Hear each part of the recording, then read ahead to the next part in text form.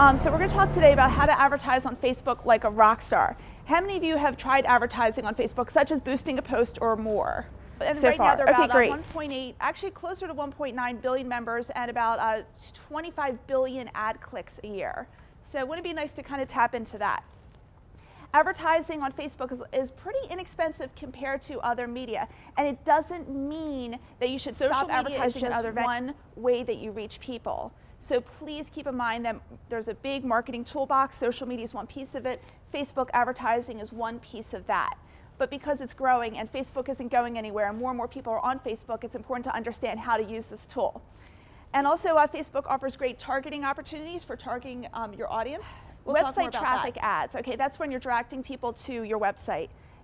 That is more important than getting page likes. We're going to talk about the different types of campaigns you can do. So you're nodding your head, so you've seen that. Okay, good. Because a lot of people are like, I just want to get more likes. I just want to get more likes. I'm going to tell you right now, do not, unless you have just one follower on your Facebook page and you just want to get to a few hundred, don't spend a penny on page likes for this reason. So Power Editor. So let me explain Power Editor to you and what this is. A way to advertise on Facebook. All of you, every single ad you run on Facebook, whether you're boosting a post, even if you press that blue boost post button on your timeline, even if you press that, you're still advertising through Ads Manager. And if you ever go into Ads Manager, which I'll show you, all of your campaign, everything you've ever spent money on for advertising is listed there. So that's Ads Manager, and I'll show you that more. Power Editor even goes one layer deeper and allows you to create more fantastic ads and have more detailed targeting. It allows you to do the split testing. It allows you to do more with your ad. So what I'm going to show you is when you create an ad, you always want to go into Power Editor, create the magic there. When you run it, it'll always be recorded in Ads Manager. You can analyze your results in Ads Manager, but you want to go into Power Editor to make the magic happen and then run it through Ads Manager. And it sounds very complicated when I show you how it's done. It's actually pretty easy. Now let me explain, this may sound a little bit boring, but you need to kind of understand the big scheme of the ads and how this works. So you always have your campaign. The campaign is the big thing. It's the, what are you doing? Are you boosting a post? Are you sending people to the website? Are you doing those website conversions? Are you increasing engagement for your app? That is the campaign, and that's at the top. After that, you have ad sets. Ad sets are the parameters. That is your audience, basically who it's going to, when is it going to, and how much are you spending. Okay, it's the parameters of everything. And you will see that listed also in the notes here as well. So it's everything but the creative. What we're going to do is we're going to create a campaign. I'm just going to show you this right now because you're going to be able to practice this also. Okay, so we're going to just click on Create a Campaign, and in this case, I'm just going to put the campaign name as Test because I'm really creative today.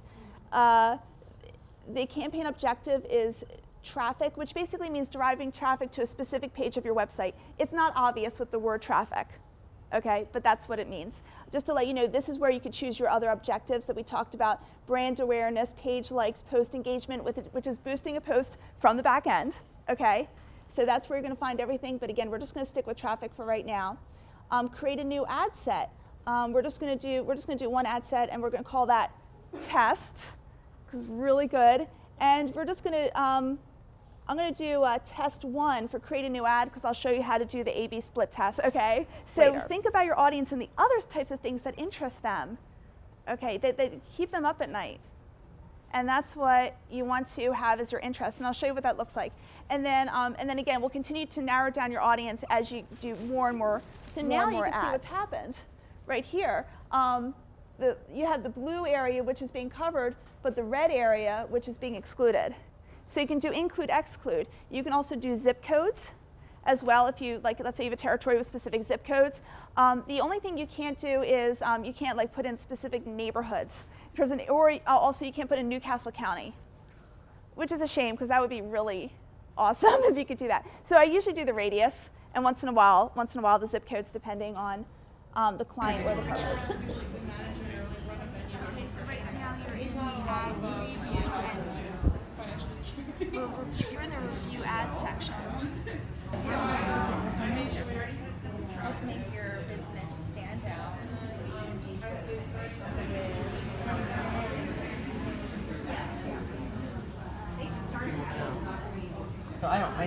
I told you that we look at placements, and placement is basically where is the ad showing up. Is it, for example, just showing up on people who are just using their desktop?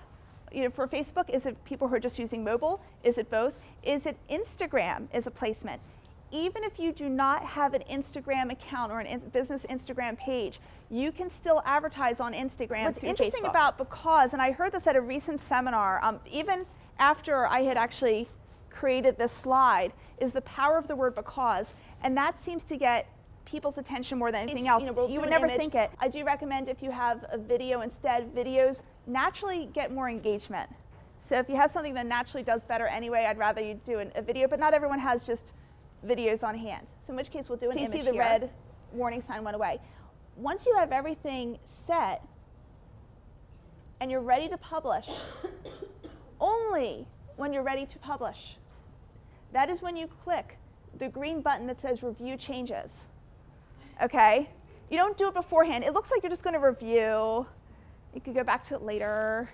But it actually it's like actually just the second to last step before everything just kind of goes out. It should say publish, but it doesn't say. It says review changes. Now I will tell you in Power Editor, as you're doing this, it's already saved. So if you get out of, you even like turn off your computer and get back in later, it's all going to be here. Very good question. So it was the question was, if you're doing the split and you have a $50 budget, is that saying $50 here and $50 there, or is the $50 as the umbrella for two ads? As well, the umbrella. You want to compare reach versus impressions. If your goal is just to get the word out, maybe you don't want people to buy from an ad, you just want more people to see it, okay? There are two ways to measure that. One is reach, one is impressions. Reach is the number of unique people who saw it, okay? So let's say my ad reached these 3 folks right here, okay? My reach is 3. But let's say each of you saw it twice, like you happen to scroll and you're in your newsfeed, you scroll down the ad, then you went back up and saw it again. You actually saw it twice, and you saw it twice, and you saw it twice, and the reach was actually 6.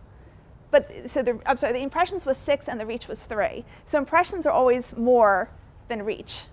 Okay. Cost per click is important, but keep in mind that you don't want to go crazy over it. There are some people who say yes, you can go as low as 1 penny per click, and you might be able to do that.